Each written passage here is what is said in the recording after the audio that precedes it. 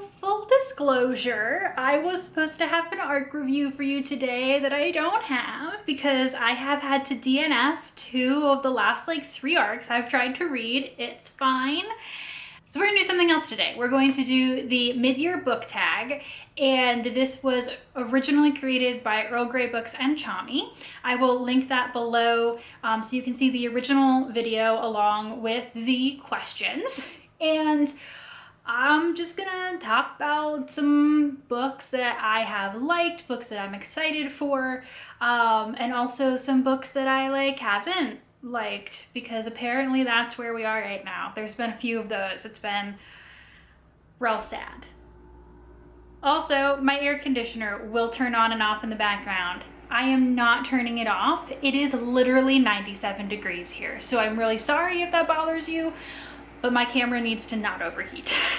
So the first question is one that I actually filled out last, and let me explain that. So the first question is the best book you have read so far in 2022. And so far in 2022, I have rated 5 books 5 stars. And I wanted to get all of them into this video somehow, so I left the best book as the one 5-star book I couldn't fit into any other category on this list. So do bear with me, that is the honest truth of how I picked this book. The book in question that I couldn't fit into any other category is Lies My Teacher Told Me, Everything Your American History Textbook Got Wrong by James Lowen.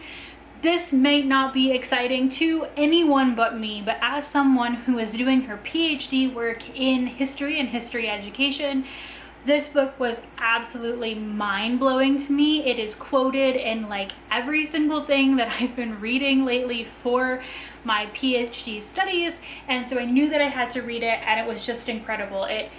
Even after all this history reading that I've been doing, it taught me so much and had tons of quotes from textbooks and just the absolute nonsense that can be in some of them. So I do recommend this. I rated it 5 stars, and I have a video where I talk about it a little bit more at length if you're interested. So the next one is the best sequel that you have read so far in 2022, and without a doubt that is Wicked Beauty by Katie Robert. Michaela or I have read so far and reviewed all of the 3 books currently published in Katie Roberts' Dark Olympics series. Neon Gods was the first one, Electric Idol was the second, and Wicked Beauty is the third. I wasn't sure whether I was going to pick Electric Idol or Wicked Beauty, but for me, Wicked Beauty, which is the story of Achilles, Patroclus, and Helen, kind of Helen of Troy, but not really, is just, it's got a series of challenges. There's some, logic puzzles, some fights, and obviously spicy romance. And I think this series is getting better with every single book. I love it so much. And if you want to check out any of those reviews where we talk about that at length, I will link those as well. 3 is a new release that you want to read but haven't gotten around to yet, and I am taking this as my official moment to apologize to Weather Girl by Rachel Lynn Solomon. I read Rachel Lynn Solomon's first book, The X Talk, and absolutely enjoyed it. However, I think I have pushed back my hold on the ebook of Weather Girl from my local library 11 times. It's just one of those things where that's an inflated number or a fake number, I don't know, but it feels like every single time I come up in the queue, it's just not a good time, and I feel really, really bad about it. I do really want to read it. Like I said, I liked the X Talk a lot. I'm a huge NPR fan, so it spoke to me, but I just haven't gotten to it yet, and I'm really, really sorry both to Weather Girl and also to my Libby app for just being rude. 4 is your most anticipated release for the second half of the year, and I have got to say I am so excited that Sarah McLean is publishing in the second half of this year her next book in her Hell's Bells historical romance series. I reviewed the first book as an ARC. I loved it, and while I loved the first book, I have to say it was one where I got more excited for the stories of the other characters that were introduced. So while the first one was good, I think the next ones are going to be even better. Sarah has never let me down. So I am just really excited for these characters that I've come to love to get their own stories. Hell's Bells is a series of girls and women who have decided to buck society's trends and come together to take down bad men in their society. And there was like explosions in the last one because one of them's like a super smart pyromaniac who makes bombs. I'm really excited. I think this is gonna be great. So 5 is your biggest disappointment, and that is, and this is one of the most depressing sentences that has ever come out of my mouth. The most disappointing book that I've read so far this year was A House of Sky and Breath by Sarah J. Maas. Y'all know that I have a Sarah J. Maas tattoo on my shoulder. I really, really liked Throne of Glass, but her most recent book in the Crescent City series genuinely hurt my soul. I can't make a review of it, like that's how just upset I am about it, but I did talk about it in a recent discussion that Michaela and I did on editing in books, so you can check that out and see some of the thoughts that I had. But I literally just texted Michaela and I was like, my soul is broken. My soul is broken by how disappointed I am. So that was not great. Like I didn't read like at all for a while after that because I was just like so upset. So yeah, that was not great. So smushing in one of the other 5-star books that I've read this year for my biggest surprise book is The British Are Coming by Rick Atkinson. This was a book that I got as an audiobook completely on a whim from my library because it's like a Revolutionary War audiobook and it had won an audiobook award, and I thought, oh, that might be interesting. I don't really care too much about the Revolutionary War right now. I've been doing a lot of reading on the Revolutionary War, but I don't know what it means that this book won like an audiobook award. This book was so entertaining. It was so good. It was so interesting. And for me to say that about a book about the American Revolution that like really focused on like troop movement and strategy, like that is not something that I would ever tell you I was really interested in, but this book was just so engaging. I really enjoyed it. So, yeah, where did that come from? I don't know, but definitely a huge surprise that I ended up rating that 5 stars. Favorite new author, at least to me, is next, and I have got to slot in for this Beck McMaster. I did a huge 10-book review of her London Steampunk series, which you can check out, but I read all 10 of those, plus a trilogy that is tenuously Hades and Persephone inspired. That was also incredible. And so at 13 books, she is the author for whom I have read the most books so far this year. And it's someone as an author, and this is like, competency is my love language. When you see an author getting better book by book or series by series, I just genuinely fall in love with them. And the London Steampunk series is like steampunk, paranormal, and the Hades and Persephone inspired series is just straight fantasy romance. They're all spicy.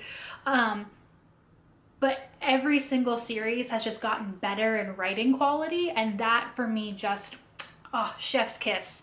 I love it, and I will definitely be back for everything she is going to publish in the future. I'm really excited. So 8 is newest Fictional Crush, and I am going to go with Eros from Katie Roberts' Electric Idol.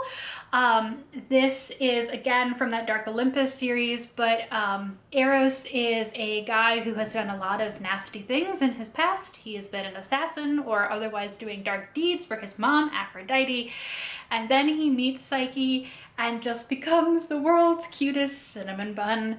Michaela and I were both just like, he's so cute. So while I do think that Wicked Beauty for me was a better plot book, I definitely have the biggest fictional crush on Eros. He's just a cinnamon bun. He might have killed some people, but he's a cinnamon bun, and I'm here for it.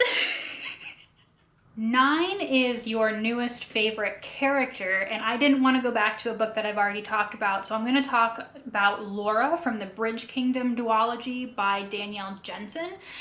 This is now not quite a duology anymore. These books are continuing, following some different characters, but the short version of the Bridge Kingdom and Laura's story is that Laura is brought into the Bridge Kingdom to marry its king, but she is secretly a spy for her father, who's a king of another kingdom, and she is there to essentially help take over the Bridge Kingdom for her father. And while it won't surprise you to find out that during this entire thing she falls in love with the king and realizes her dad is maybe not telling her the truth, I just really appreciated in this story that it didn't yada yada away the fact that Laura does go in believing only the worst about the king of the Bridge Kingdom and his people, and he doesn't yada yada away what eventually happens when, you know, he finds out that she came to betray him. I mean, the second book in the duology is called The Traitor Queen, and her story of growth and the way that that novel took her arc was really great. And also, again, competency is my love language, and she is a fantastic assassin warrior character, and I enjoyed that all around. Highly recommend. So 10 is a book that made you cry, and without a doubt, that is Unthinkable: Trauma, Truth, and the Trials of American Democracy by Jamie Raskin. I have talked about this book at length in other videos, but the short version is that this is pseudo-biography, autobiography, pseudo story of January 6th from the point of view of Jamie Raskin, who is a congressman who was obviously there for January 6th, but also basically 6 days before the insurrection, his son committed suicide, and January 6th was his first day back at the Capitol. And so it's an incredibly emotional story, a lot of discussion about suicide and mental health and the grief that his family suffered and the trauma. I genuinely cried, and I don't normally do that, at several parts. And also just how this story of incredible grief and trauma does come to both a positive conclusion for his family and for our country, or at least empowering one. So if that is something that you think you can take on, I think it's definitely worth the read, but it will absolutely destroy you. And this is the third book in here of the 5 that I've rated 5 stars this year. So it's a lot, but it's worth it. So the fourth of the 5 books that I've rated 5 stars this year so far is a perfect fit for the next category, which is book that made you happy, and that is Book Lovers by Emily Henry. I just fell in love with this book. I had never read an Emily Henry before, but like the fact that they were book editors and writers in a small town, and there was just something about the vibe of this book that I was just like in a state of just joy the entire time. And I did a whole arc review of that. You can watch it, but I rated it 5 stars, not necessarily because it's the best written thing I've ever read, but just because of the absolute joy I felt the entire time I was reading it. So maybe it was the right book for the right moment, I don't know, but for me it was just a totally joyful romance novel that really just genuinely put a smile on my face. And so I recommend it for that purpose to you if you would like it. Okay, I'm gonna be honest, this is a stretch, but I don't actually buy a lot of books for myself, so for the category of most beautiful book you've bought or received, it was really rough. And so I'm gonna choose the 5th of the 5 books that I rated 5 stars, even though the cover is not conventionally beautiful. This is Wildland: The Making of America's Fury by Evan Osnos. But I'm gonna cram it in here just because I thought this was going to be more of a political science book, but it is Evan Osnos's story of 3 places from September 11th to 2021 to track just the change in American human nature in those places. And I didn't expect it to be written as beautifully or to be as emotionally powerful as it was. So for me, it was just a total unexpected, beautiful read. That again is not a light read necessarily, but just gorgeously written and a very powerful message. And so I'm gonna slot that in here. So the last question is books you need to read by the end of the year, and I have a lot. I have a lot of those. But in thinking about the end of the year, two of my favorite authors/series have Christmas books coming out by the end of this year. And I don't normally like Christmas themed books. That is too much for me in a romance. But I know I have to read these, so I will, and I'm going to give them to you now. The first is Just Like Magic by Sarah Hogle. You Deserve Each Other, which was Sarah Hogle's debut, is potentially the best romance novel I think I've ever read, and I can link you to my review. But like, her third book is going to be a Christmas book. I don't know how I feel about that, but I'm gonna read it anyway because Sarah is amazing. The other one is going to be the fifth book in the Romance Book Club series, which is one of my favorite romance novel series of all time. Book 5 is coming out towards the end of this year, and that is A Very Merry Bromance. And I don't know how it's possibly going to top the last book, which was absolutely spectacular. And it's Christmas themed. So these are two books that I'm a little bit worried about, but I'm absolutely going to read them. I already have arcs of both of them actually.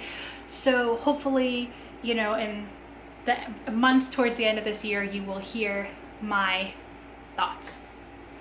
So those have been my answers to this tag. I am not going to tag anyone, but just to say if you feel like doing it, consider yourself invited to do so. I just hope that you have found this to be of interest, and maybe one of these books will be up on your TBR, or not in the case of the new Sarah J. Maas book. Don't do that. Don't. Anyway, I'm very excited to continue to share more arcs with you guys moving forward, as long as I can read them. I've been having really bad luck lately, but it's fine. For you, I will carry on. Thanks, guys. Bye.